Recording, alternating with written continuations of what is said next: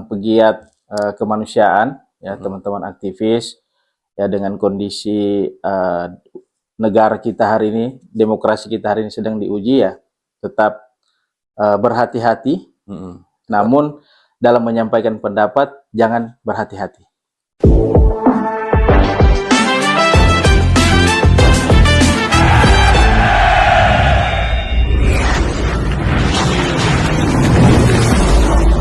Assalamualaikum warahmatullahi wabarakatuh dan selamat sore sahabat podcast Beta Carita Palu. Hari ini kita kembali lagi di ruangan podcast dengan narasumber yang sangat luar biasa. Hari ini saya kedatangan tamu spesial.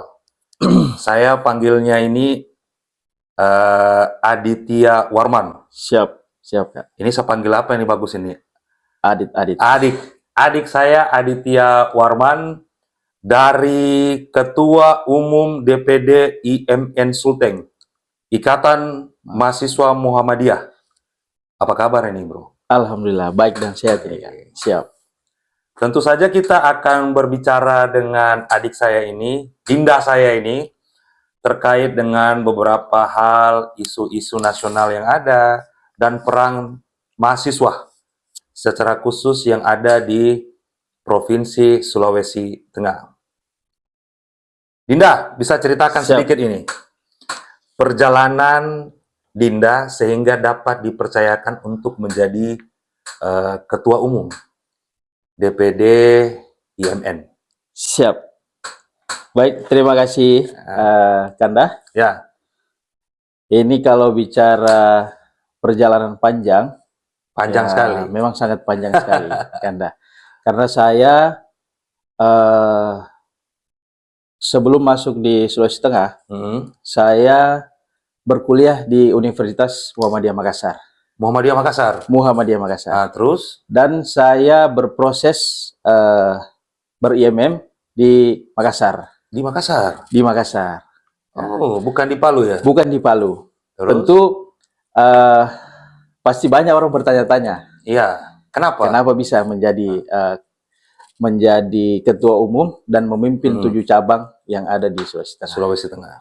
Perjalanan panjang setelah saya balik kuliah dari Makassar, kemudian saya diajak bergabung sama ketua sebelum saya untuk membantu beliau mengurus IMM di Sulawesi Tengah, menjadi ketua bidang hikmah dan kebijakan publik. Waduh, ini berat ini tugasnya. Berat.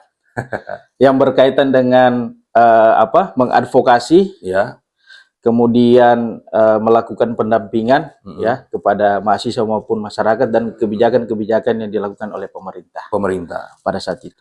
Artinya skala yang dilakukan ini bukan secara khusus terhadap mahasiswa saja ya? Bukan hanya ke mahasiswa. Berarti secara umum? Secara umum. Oke. Apa yang dimaksud dengan ikatan mahasiswa Muhammadiyah itu secara pribadi? Bagi saya, Ikatan Mahasiswa Muhammadiyah ini adalah salah satu OKP. Ya, OKP, Organisasi Kepemudaan, yang juga tergabung dalam Cipayung Plus sampai tingkat nasional. Peran strategis mungkin yang pernah dilakukan oleh IMN, secara khusus di Sulawesi Tengah. Kalau untuk sekarang, ya di masa priorisasi saya ini, Kanda. Periodenya dari tahun keberapa? Saya terpilih 2024. Waduh, berarti baru ya? Baru sekitar jalan 2 tahun? Jalan 2 tahun. Insya Allah berakhir nanti di tahun ini, menjelang akhir, akan melaksanakan musyawarah daerah. Jadi satu priorisasi kita itu terhitung 2 tahun. Siap. Bagaimana Ketua Umum yang ada di samping saya ini, Dinda saya, Aditya Warman, melihat kondisi sosial yang ada di daerah Sulawesi Tengah? Kalau selama saya menjabat, ya Kak, karena kan saya setelah selesai kuliah baru masuk kembali di Sulawesi Tengah. Kebetulan saya asli Donggala. Berarti pulang kampung dia. Pulang kampung, Bang. Walaupun dalam proses pemilihan mencalonkan kemarin menjadi ketua umum, itu juga menjadi salah satu isu sekterian. Ya, ada pro dan kontra ya? Ada pro dan kontra. Sehingga saya pada saat itu dengan gerakan berkemajuan yang dilakukan oleh Muhammadiyah, mampu menarik hati teman-teman. Dari 7 cabang, saya mempunyai 5 rekomendasi legitimasi moral untuk maju mencalonkan diri. Dan kondisi sosial hari ini di Sulawesi Tengah, saya kira dengan apa namanya kepemimpinan Bapak Gubernur kita hari ini, Bapak Anwar Hafid, yang dengan beberapa programnya saya kira itu betul-betul bisa dirasakan oleh masyarakat. Dan itu menurut kacamata mahasiswa, kacamata Ikatan Muhammadiyah ya. Iya. Ya. Bagaimana melihat hal tersebut? Memenuhi? Kalau dari kami kita berikan apresiasi dengan 2 program yang saya kira sangat fundamental. Unggul ya. Ya, yang pertama itu Berani Sehat dan yang kedua Berani Cerdas. Ya. Dan ini kalau Pak Anwar yang lagi nonton nih, jadi kebetulan lagi podcast bersama dengan Ketua DPD IMN Sulteng, Sulawesi Tengah, mewakili suara dari adik-adik mahasiswa terkait dengan program-program yang dijalankan oleh Bapak Gubernur. Dinda, ini kan IMN ini kan bukan secara khusus mengawali isu-isu lokal saja ya, secara khusus kan menangani kasus-kasus isu nasional. Bagaimana IMN itu bersama teman-teman terkait dengan mengawali kasus-kasus besar isu nasional yang sekarang-sekarang ini cukup viral? Siap. Kalau kita sendiri kan di internal IMM, kalau isu-isu nasional itu cepat kita respon. Ya taruhlah misalkan hari ini yang saya kira kurang terspeak up lagi, ya kasus senior kita, salah satu apa namanya pegiat aktivis kemanusiaan, ya senior Abang Andre Yunus, yang baru saja ya belum lama ini ya mengalami salah satu tindakan yang saya kira sangat amoral sekali, ya kasus penyiraman air keras terhadap beliau, sehingga beliau mengalami luka hampir 20%. Ya lumayan, sangat parah. Yang dimana yang paling parah itu areal wajah dari beliau, terutama mata sebelah kanan. Tentu ya kita harus apa namanya bersama mengakui dan memberikan rasa prihatin kepada beliau, karena saya kira ini bukan hanya apa namanya kasus penyerangan secara fisik, tetapi juga secara psikologis. Ya tentu kita harus mendukung ya apa namanya mendukung aparat kepolisian untuk kemudian betul-betul serius menangani kasus ini sampai pada aktor intelektualnya. Iya.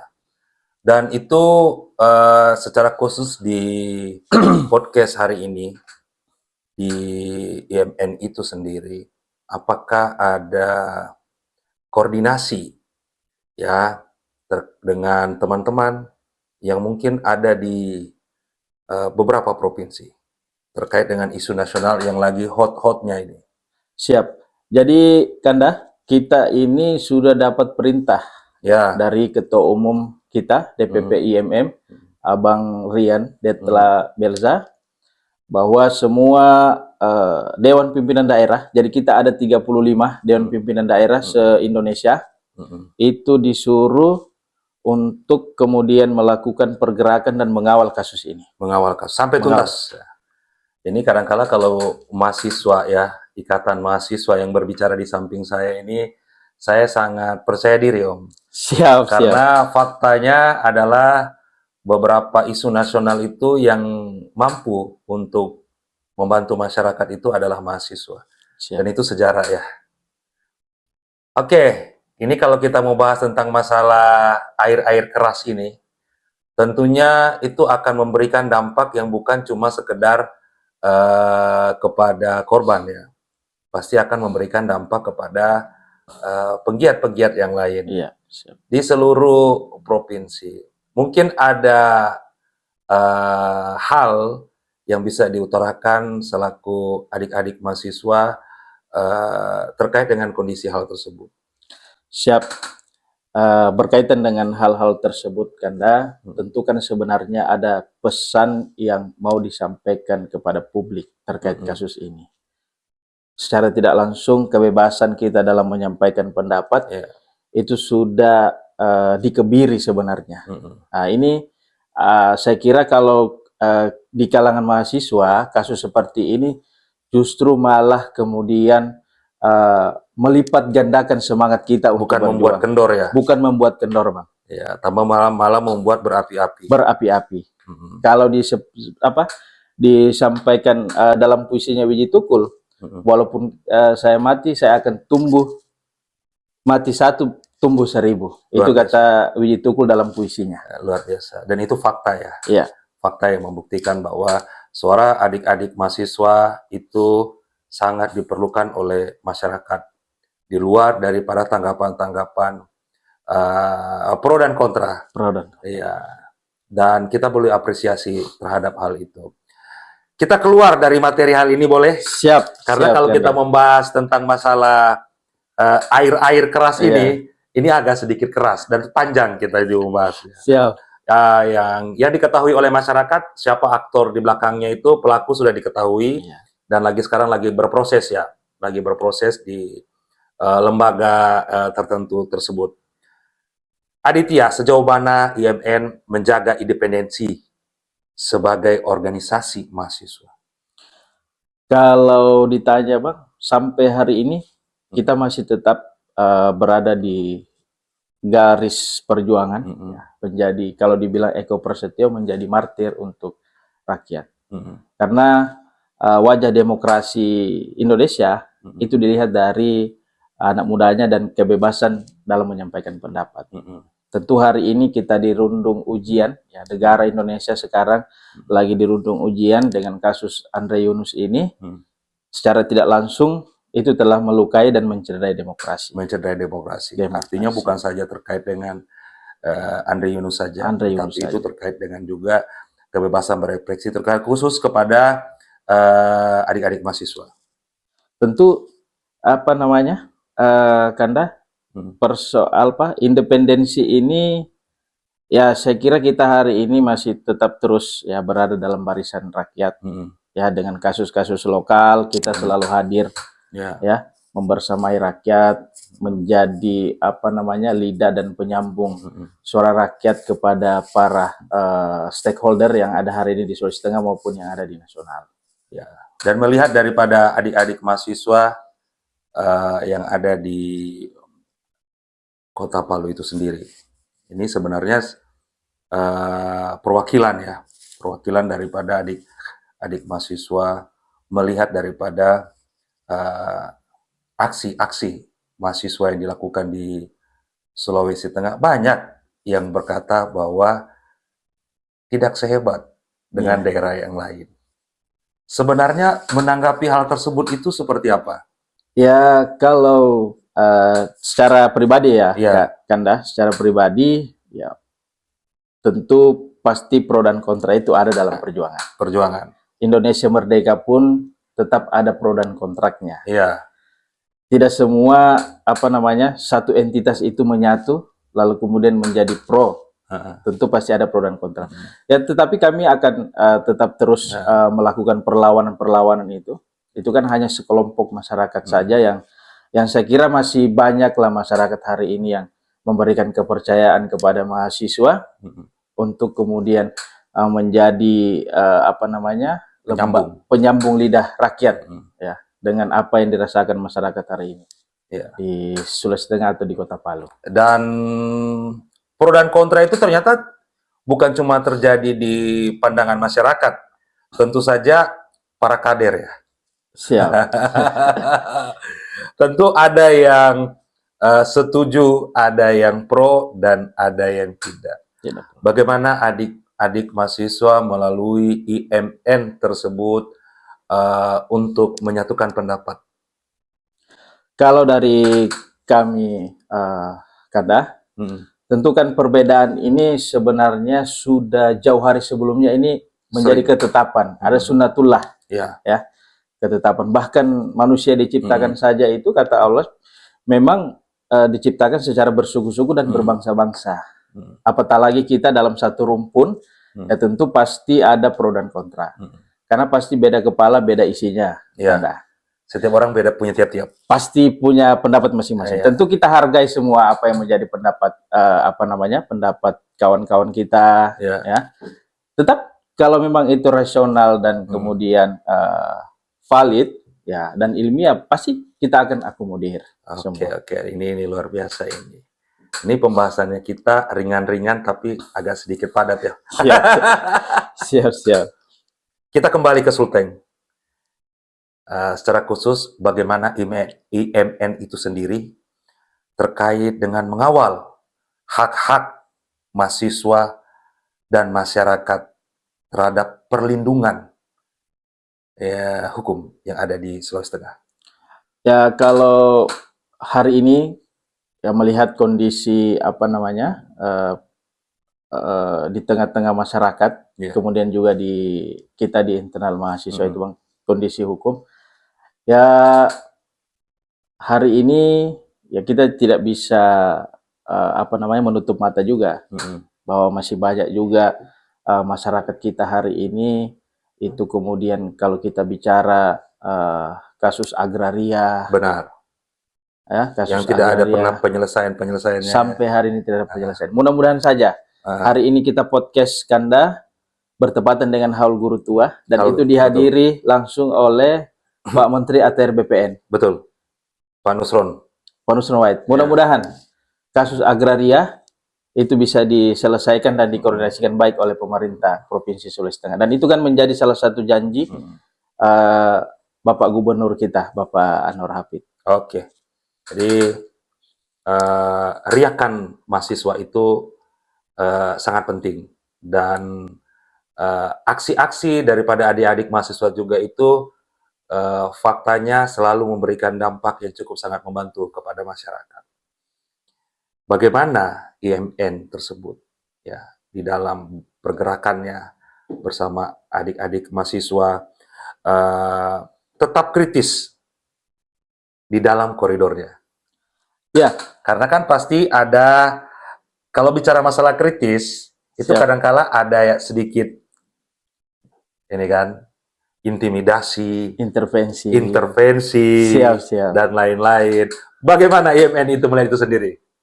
Sampai hari ini kalau saya berdiskusi dengan adik-adik di tingkat komisariat bahkan di tingkat cabang, yang paling pertama saya selalu tekankan ke mereka untuk menjadi rausan pikir, pemikir yang tercerahkan, untuk mengantisipasi hal-hal yang seperti tadi. Begitu dia, Bang. Caranya mungkin? Ya dengan sebenarnya kalau hal-hal seperti itu ya dilihat dari kualitas kader sebenarnya. Ya, kualitas kader menentukan. Kualitas kader yang menentukan. Tentu kan kita sebagai organisasi kepemudaan, kalau kami di MM itu Kanda ada namanya trilogi gerakan. Yang pertama gerakan intelektualitas, ya ini sudah menjadi tradisi dan budaya seorang mahasiswa yang mengupgrade dirinya dengan baca buku, diskusi, kemudian aksi. Nah ini yang hari ini masih kita jaga tradisi ini di Ikatan Mahasiswa Muhammadiyah. Kemudian ada namanya gerakan humanitas, gerakan sosial.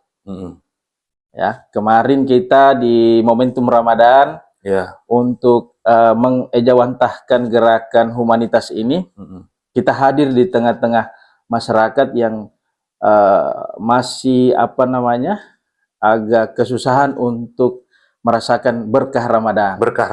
Sehingga kita kemarin melakukan bagi-bagi paket sembako, ada 200 paket.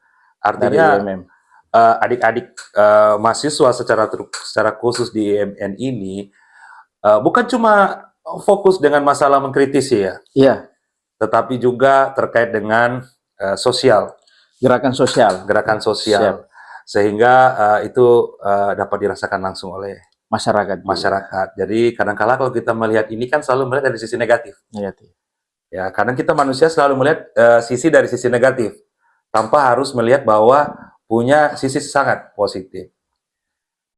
Bro, ini sudah Aditya, saya panggil bro lagi nih. Siap. Yang penting bukan Nanti bro lama-lama saya sebelah. panggil om lagi. Yang penting bukan bro yang di sebelah. Jika melihat kondisi sekarang, apakah optimis gerakan mahasiswa masih bisa dikatakan menjadi motor perubahan di tingkat lokal hingga nasional? Ya, saya kira itu masih sangat dibutuhkan sekali sebagai lokomotif penggerak dan sebagai penjaga moral kekuasaan. Tentu kan di dalam suatu negara demokrasi ini kan tentu harus ada yang kemudian menjadi sebagai penjaga moral kekuasaan. Karena kalau ketidakhadiran kita sebagai mahasiswa dan tergabung dalam organisasi kepemudaan, siapa kemudian yang mengontrol ya moral kekuasaan melalui intervensi-intervensi kebijakannya? Ya, tentu saja kalau ditanya hari ini, saya kira masih menjadi kebutuhan dan itu barang yang wajib sebenarnya melalui gerakan-gerakan kemahasiswaan. Dan saya kira banyak gerakan-gerakan kemahasiswaan yang hari ini masih betul-betul berdampak ya dengan kebijakan. Taruhlah di nasional. Ada kasus apa itu kemarin kita turun serentak dan akhirnya dibatalkan. Betul. Iya. Ini kalau kita mau bahas tentang itu hal panjang ya. Panjang sekali. Tapi kita tidak usah menjelaskan. Iya. Dan masyarakat merasakan sendiri. Menurut Aditya, demokrasi, ya kita bicara tentang masalah demokrasi, bagi mahasiswa sampai dengan saat ini, apakah itu sudah cukup aman? Sebenarnya aman tidak aman sebenarnya kan. Ini kan persoalan negara kita ini kan menuju negara yang maju. Ya, tentu kan kita ini masih berada dalam level negara-negara yang berkembang demokrasinya. Tentu dalam proses itu dinamisasi, polarisasi dan sebagainya pasti banyak. Nah, saya kira dengan kualitas demokrasi kita hari ini, ya dengan kasus nasional yang saya kira cukup mengebohkan ini kan, ya tentu itu yang saya kira menjadi ujian bagi Indonesia hari ini. Tidak menutup kemungkinan juga itu bisa terjadi di Sulawesi Tengah. Nah, makanya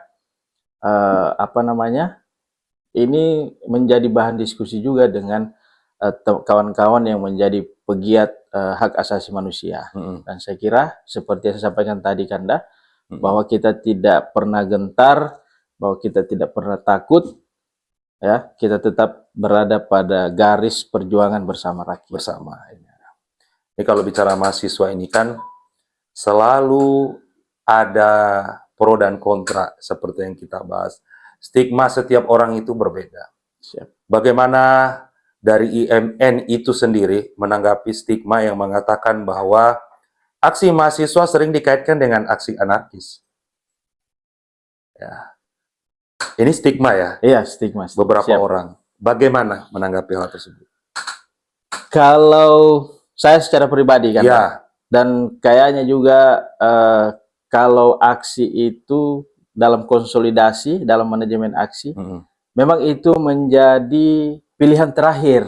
Iya, betul. Apabila taruhlah misalkan kita mau mengadakan audiens ya, untuk RDP menyampaikan aspirasi dan tidak digubris seperti kemarin ya. Seperti kemarin. Sehingga sebenarnya potensi chaos ini kita taruh di paling akhir sekali untuk menarik dan untuk menarik perhatian para pejabat bahwa ketika kita menyampaikan aspirasi dan kita kemudian ingin melakukan RDP dan diskusi dan menyampaikan bahwa ini data yang terjadi hari ini. Nah, saya kira stigma-stigma seperti itu saya kira juga tidak kemudian melemahkan. Dan itu kan bagian dari proses demokrasi. Taruh 98. Ya betul. Runtuhnya itu lebih parah lagi. Itu lebih parah lagi. Ya. Kemudian kasus-kasus demo-demo di daerah, taruhlah di Makassar kemarin tanggal di bulan Agustus 2024 kemarin itu juga parah sekali dengan pembakaran. Tentu ya merusak fasilitas umum itu tidak dibenarkan dalam undang-undang. Dan faktanya ada beberapa oknum yang di luar daripada mahasiswa. Mahasiswa ya, yang melakukan hal-hal tersebut. Tapi saya kira kita sampai hari ini masih tetap menjaga gerakan kita. Saya kira tidak kemudian serta-merta juga untuk melakukan anarkis dan pengerusakan fasilitas umum. Oke. Ada beberapa mahasiswa IMN melihat beberapa mahasiswa secara khusus yang ada di Palu dikriminalisasi. Apakah masih ada sampai sekarang? Kalau untuk kriminalisasi selama saya menjabat ini, ya koreksi kalau salah, sejauh ini saya rasa belum ada. Belum ada. Ya, kasus tapi kalau seandainya itu ada, bagaimana pendampingan IMN tersebut terhadap adik-adik mahasiswa yang selalu menyerukan kebenaran? Ya tentu kita akan melakukan pendampingan, advokasi. Dan kita juga di IMM itu ada namanya Pusat Bantuan Hukum. Ya. Ya, karena kita di IMM itu juga punya Ketua Bidang Hukum dan HAM. Hukum bidang HAM ya. Ya, Ketua Bidang Hukum dan HAM. Dan di bawah Bidang Hukum dan HAM itu ada lembaga otonomnya, namanya Pusat Bantuan Hukum. Pusat Bantuan Hukum. Ya, dan itu semua diisi oleh kader-kader kita yang punya basic sarjana hukum dan paralegal. Artinya di dalam menjalankan fungsi sosial kontrolnya mahasiswa, selain juga sebagai pelajar di dalam hal mengkritisi itu tidak cuma sekedar mengkritisi, tetapi dibekali dengan hal-hal yang berkaitan dengan hukum. Siap. Kita ngomong ini enak sekali, saudara. Siap. Sampai kita tidak rasa ini waktu kita ini ya. Siap. Sahabat podcast, saya akan berbincang lagi dengan Dinda saya Aditya ini mungkin di episode podcast berikutnya. Siap.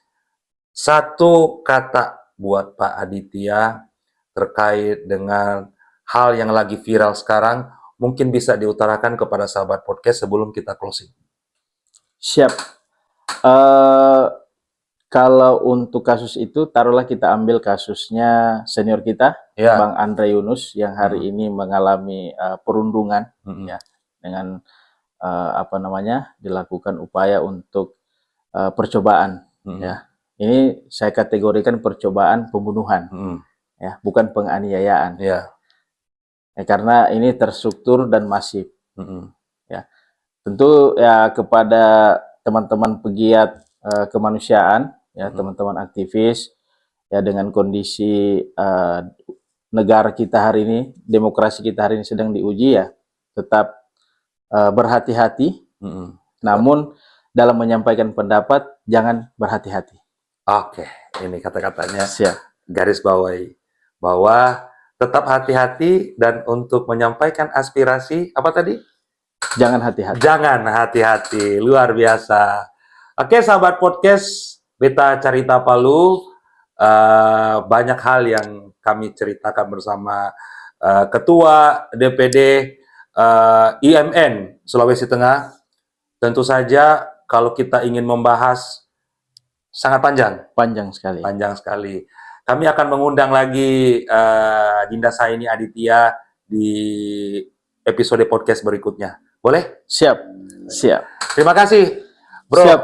Sudah mampir di ruangan podcast Beta Carita Palu, dan semoga apa yang menjadi pembahasan kita saat ini bisa menjadi motivasi, masukan, dan gambaran umum terkait dengan isu-isu nasional yang ada. Dari ruangan podcast Beta Carita Palu, kami berbagi dengan Mas Aditya, dan sampai jumpa di podcast berikutnya. Wassalamualaikum warahmatullahi wabarakatuh.